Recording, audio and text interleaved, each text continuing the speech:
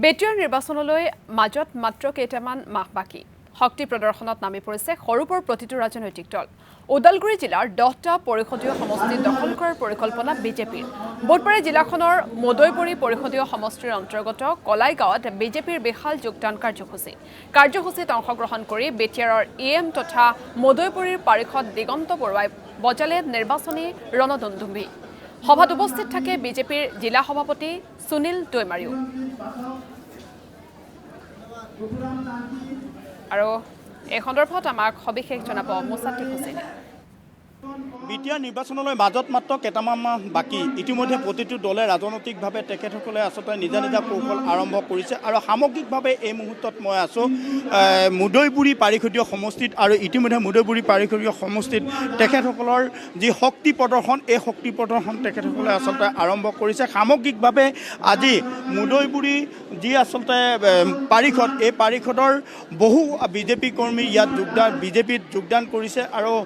ইয়াৰ যি পৰিৱেশ এই পৰিৱেশ ইতিমধ্যে দেখি আছোঁ BPF-কে ধৰি UPPL আৰু বিজেপিয়ে সমান্তৰালভাৱে তেওঁলোকৰ যি নিৰ্বাচনী কুচকাৱাজ ইতিমধ্যে আৰম্ভ কৰিছে সমগ্ৰ বিটিয়াৰ অঞ্চলত আৰু এই মুহূৰ্তত মোৰ লগত আছে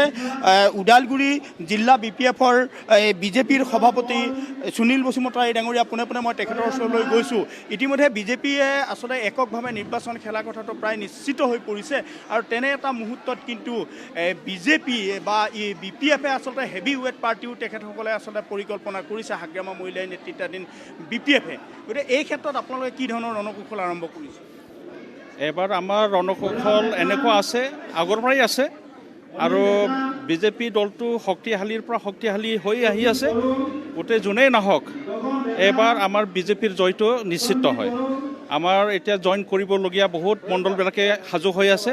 আৰু বহুতো উৎসুক যে আমি বিজেপিৰ পৰাই আমি পাৰ্টি থাকি আমি জয়যুক্ত কৰাম তেনেকুৱা বিভিন্ন মণ্ডলৰ পৰা তাত আহি আছে খবৰটো সমগ্ৰ ওদালগুৰি জিলাখনত প্ৰায় 10টাকৈ পাৰিষদীয় সমষ্টি আছে এই 10টা পাৰিষদীয় সমষ্টিত আপোনালোকৰ দখলত ইতিমধ্যে কেইবাখনো আসন আছে আৰু তেনেকুৱা ক্ষেত্ৰত ওদালগুৰিৰ পৰা আপোনালোকে কি আশা কৰিছে এইবাৰ ৰিহন দৈমাৰীৰ লেখীয়া প্ৰাৰ্থিত্ব কৰিব বুলি তেখেতসকলে ঘোষণা কৰিছে গোবিন্দ বসুমতাৰী ডাঙৰীয়া আছে এইসকলক কি ধৰণে প্ৰত্যাহ্বান জনাব এতিয়া আমাৰ দলৰ কাম কাজটো জনতাই দেখিছে যোৱাবাৰ আমাৰ দলৰ পৰা আমি 10টা সিটত ওদালগুৰি জিলাত 10টাটো আমি ফাইট কৰিছিলোঁ 10টাৰ ভিতৰত 4টাটো আমি জিকিছোঁ বাকী কেইটাত অলপৰ কাৰণে আমি হাৰিছোঁ গতিকে আমি এইবাৰ নিশ্চিতভাৱে 10টাটো আমাৰ কেণ্ডিডেটটো হ'বই আৰু তাৰ উপৰি আমাৰ জিকাৰ সম্ভাৱনাটো বেছি আৰু ৰিহন দৈমাৰী এতিয়া বহুত দিন হৈ গ'ল তেওঁ সমাজত তেনেকুৱা তেওঁৰ প্ৰভাৱটো ইমান নাই আৰু বহুতে তেনেকুৱা কৈ আছে আমাক নতুন মানুহ লাগে আমাক নতুন পাৰ্টিৰ মানুহে লাগে এয়া আছিল বিজেপিৰ সভাপতি ওদালগুৰি জিলা সমিতিৰ মোৰ লগত আছে এই মুহূৰ্তত BTCৰ